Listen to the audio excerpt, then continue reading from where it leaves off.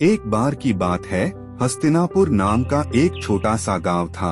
वहां के राजा इंद्रवर्मा और उनकी पत्नी पारो के 3 बच्चे थे, एक बेटा और 2 बेटियां। उनके बेटे देव की शादी होने वाली थी, तो वह अपने बेटे के साथ शादी की तैयारियों पर चर्चा कर रहे थे। इस बीच उनकी बेटियां हनी और माया, जो अमेरिका में रहती है और वही जॉब भी करती है, नौकरी में व्यस्त थी।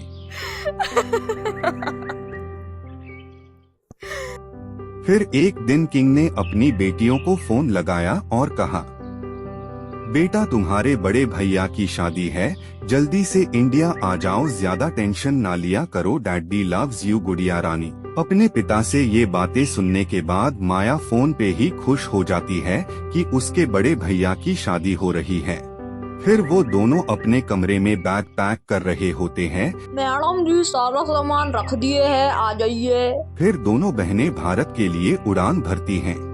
एयरपोर्ट पर पहुंचते ही हनी और माया बात कर रहे थे, वैसे ही अचानक से स्नोफॉल होने लगी, मानो जैसे अमेरिका उन दोनों को बाय बोल रहा हो। भारत पहुंचने के बाद वो अपने महल पहुंचे। माँ बाप, दादा दादी, भाई सबने दोनों का स्वागत किया। दोनों बहनें अपने कमरे में सो रही थीं। अचानक उनकी माँ आ गई और बातें करने लगी। मॉम, हमको अपनी होने वाली भाभी से मिलना है। अच्छा चलो ठीक है, मैं उनको डिनर पे बुलाती हूँ। तीनों खुश हो जाते हैं। वही दूसरी तरफ राजकुमारी राधिका, जो उनकी होने वाली भाभी है, उसको कॉल आता है और उसकी सासू माँ उसको डिनर पे इनवाइट करती है। फिर राधिका तैयार होकर अपने माता पिता के साथ अपने ससुराल की ओर निकल लेती है। आइए मैडम आइए, आपका यहाँ स्वागत है। फिर वे हाल में पहुँच जाते हैं। दूल्हा दुल्हन एक दूसरे को हेलो करते हैं और शादी की तैयारियां शुरू करने के लिए प्राचीन मूर्ति की प्रार्थना करने मंदिर निकल पड़ते हैं।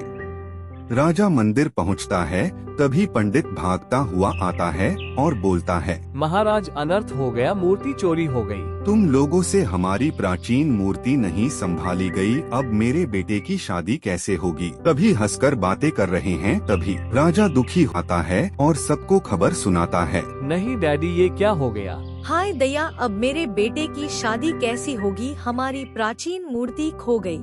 राजा गुस्से में अपने नौकर पर भड़कने लगता है। सच सच बताओ, अगर तुमने चोरी नहीं की तो फिर किसने की। प्राचीन मूर्ति कहाँ गई। नौकर डरते हुए कह, महाराज हम निर्दोष हैं, हमें नहीं पता मूर्ति कौन ले गया। तो मूर्ति को आसमां निगल गया क्या सालो। बेटा क्या करा जाए, गांव में पता चलेगा तो बेइज्जती वाली बात होगी। डैडी आप परेशान मत होइए, हम लोग कुछ न कुछ समाधान निकाल लेंगे। माया कमरे में आकर अपने पिता और भाई की सारी बातें सुन लेती है, फिर अपनी बड़ी बहन को बताने चली जाती है। हनी डैडी बहुत परेशान है, हमें कुछ करना होगा। माया, हमें भैया के साथ मिलकर यह रहस्य सुलझाना होगा, चाहे हमारी उनसे इतनी बनती न हो। माया और हनी फिर अपने भैया के कमरे में पहुंच जाते हैं। माया हनी क्या हुआ, यहाँ कैसे आना हुआ, तुम्हारा कुछ बात है क्या। भैया, माया ने आपको और डैडी को बात करते हुए सुना, अब हमको साथ में मिलकर कुछ करना होगा। ये काम किसी बाहर वाले का नहीं हो सकता है, किसी घर वाले का ही काम है। चलो रात होते ही पूरे महल में तलाश करें। रात होते ही अंधेरे का फायदा उठाकर तीनों भाई बहन पूरे महल का चप्पा चप्पा चांदने निकल जाते हैं। तभी देव सबसे पहले नौकर के कमरे में जाता है और उसे 4 की जगह सिर्फ 3 ही नौकर दिखते हैं। उसको शक होता है और वो भागता हुआ माया और हनी के पास पहुंच जाता है।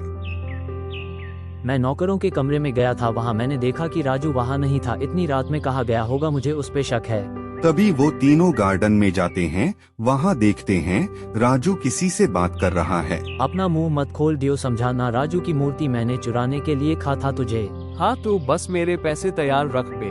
राजा और रानी सो रहे होते हैं, तभी माया कमरे में भागकर जाती है। डैडी, हमने पता लगा लिया है कौन चोर है, हमारा नौकर राजू ही असली चोर है। आज सभा में उसको रंगे हाथ पकड़ते हैं। राजा उसको शाबाशी देता है। फिर सभा में राजा राजू और रामू दोनों को बुलाता है। दोनों के आते ही बाप बेटे खड़े हो जाते हैं। हमें पता चल गया है कि मूर्ति किसने चुराई।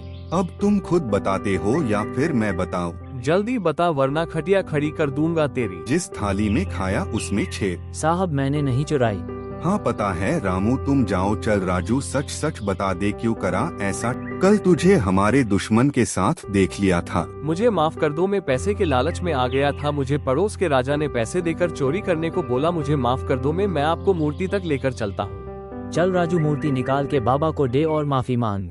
ये रही आपकी मूर्ति, कृपा कर मुझे माफ कर दीजिए, मैं बहक गया था लालच में। मूर्ख आदमी, तुझे तो भगवान भी माफ नहीं करेंगे। तुझे अपनी गलतियों का कर्म यही भोगना होगा। लाल पूरे परिवार आपस में बातें कर रहे होते हैं, तभी राजा भाग कर आता है और सबको खबर सुनाता है कि मूर्ति मिल गई है, अब हम शादी के लिए आगे बढ़ सकते हैं। सब खुशी से नाचने लगते हैं। माया अपने कमरे में बैठी होती है और सोचती है, चलो भाभी को कॉल लगाया जाए। भाभी, आपको खबर तो मिल ही गई होगी कि मूर्ति का चोर पकड़ा गया है। हाँ, सबको सब कुछ पता चल चुका है। चलो माया, कल एयरपोर्ट पे मिलते हैं। ये बोलकर वो फोन रख देती है। अगले दिन राजा का पूरा परिवार अपने प्राइवेट जेट के आगे खड़ा होता है, अपनी होने वाली बहू राधिका और उसके पूरे परिवार के इंतजार में। तभी कुछ समय बाद वो सब आ जाते हैं और दोनों बहनें बहुत उत्साहित होकर हवा में कूदने लगती हैं। होटल पहुंचते ही माया और हनी अपने कमरे में बैठे होते और माँ आकर बोलती, चलो जल्दी से तैयार हो जाओ और आ जाना हमारे होटल रूम में। फिर दोनों बहन फटाफट से कपड़े बदलने चली जाती है। दोनों इंडियन कपड़ों में बहुत सुंदर लग रही होती है। वाह माया, तुम बहुत सुंदर लग रही हो। हनी, तुम मुझसे भी बेहद सुंदर लग रही हो। तारीफों के बाद दोनों बहन अपने मॉम डैड के कमरे में चली जाती है। वाह, मेरी बेटियाँ कितनी सुंदर लग रही है। मॉम डैड, हम दोनों कैसे लग रही हैं बताओ। तभी उनका भाई कमरे में आता है और बोलता है, माया हनी, तुम दोनों प्यारी लग रही हो। वही दूसरी तरफ राधिका दुल्हन की ड्रेस पहनकर मेकअप करवा रही थी। तभी उसकी माँ आती है। राधु, तुम बहुत प्यारी लग रही हो, किसी की नजर ना लगे मेरी लाडली को। फिर सब खुशी खुशी शादी में शामिल हो जाते हैं।